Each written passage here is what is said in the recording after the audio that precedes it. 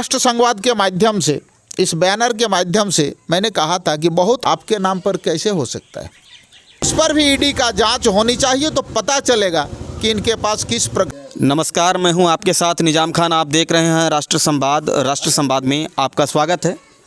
अभी हमारे साथ मौजूद है आजसू के केंद्रीय महासचिव और नाला विधानसभा के कद्दावर नेता श्री माधव चंद्र महतो सर उपस्थित है और शिक्षाविद है, कर्मठ कद्दावर नेता के रूप में जाने जाते हैं। सर से आज मेरी बात होगी क्योंकि मुख्यमंत्री हेमंत सोरेन को जो है कि ईडी ने गिरफ्तार कर लिया है। लेकिन मुख्यमंत्री हेमंत सोरेन ईडी के गिरफ्तार होने से पहले एक संदेश जारी किया है।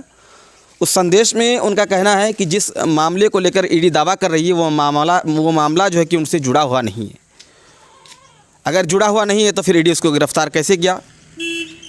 या ईडी सही है या मुख्यमंत्री सही है?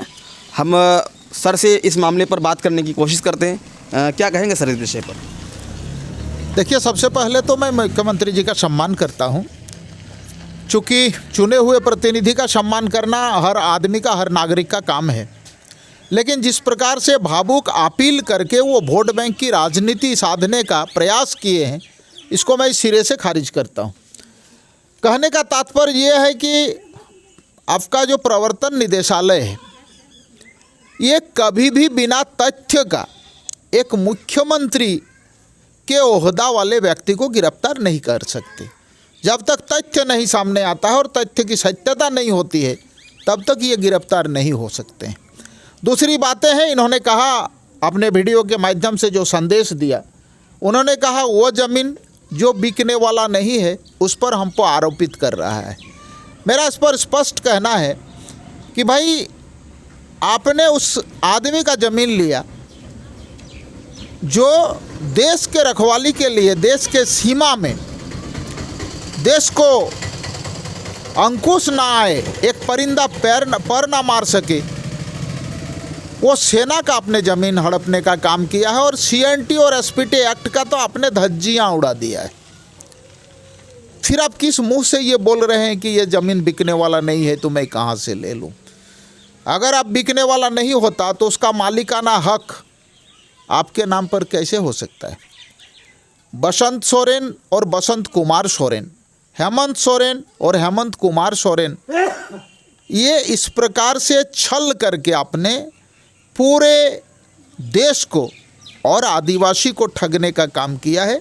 ये तथ्य सामने आ चुका है। ये ज़मीन का मालिक आप हैं और जिनको लोगों ने आबुआ करके आदिवासी संस्कृति, उनके ज़मीन की रक्षा, उनके कानून के हक और हकूक़ के लिए आपको चुना था, आपने सबसे पहले उन्हें ठगने का काम किया है।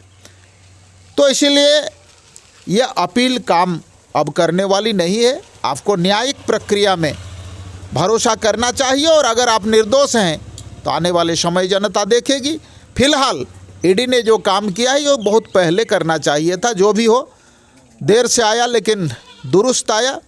मैं ईडी को धन्यवाद देता हूं और माननीय मुख्यमंत्री जी से ये कहना चाहता हूं कि बहुत आपको देख लिया है यहाँ के लोगों ने, यहाँ के आदिवासियों ने, यहाँ के मूलवासियों ने।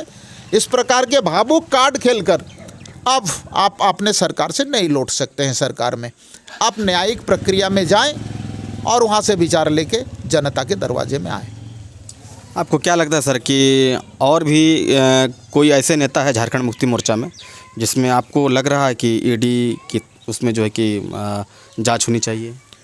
निश्चित तौर पर मैंने इसके पहले भी राष्ट्र संवाद के माध्यम से, इस बैनर के माध्यम से मैंने कहा था कि बहुत ओहदेदार नेता ऐसा हैं जिनका भी जांच होना चाहिए।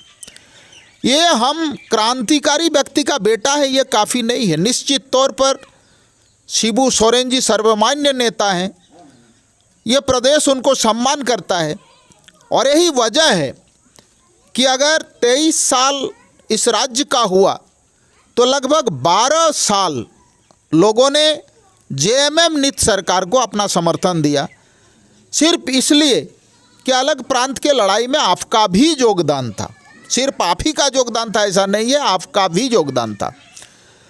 लेकिन सवाल है कि इस चीज़ को आप कितना दिन भुना सकते हैं।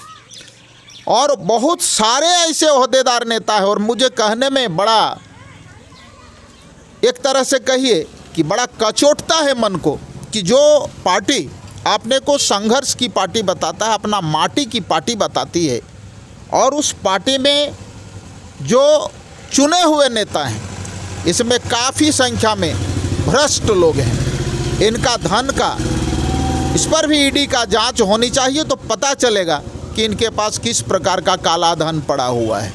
तब दूध का दूध और पानी का पानी साबित हो सकता है। तो ये आप सुन रहे थे, हमारे साथ आजसू के केंद्रीय महासचिव और नाला विधानसभा ही नहीं बल्कि अभी जो है कि झारखंड में चर्चित नेता के रूप में जाने जा रहे हैं, कद्दावर और शिक्षाविद नेता है। तमाम मुद्दों पर इन सर से जो है कि मेरी बात हुई। बाकी इस खबर के विषय में आप लोग क्या सोचते हैं कमेंट करें, खबर अच्छी लगे तो लाइक शेयर करें, हमारे पेज को फॉलो करें, यूट्यूब चैनल को सब्सक्राइब करें। धन्यवाद।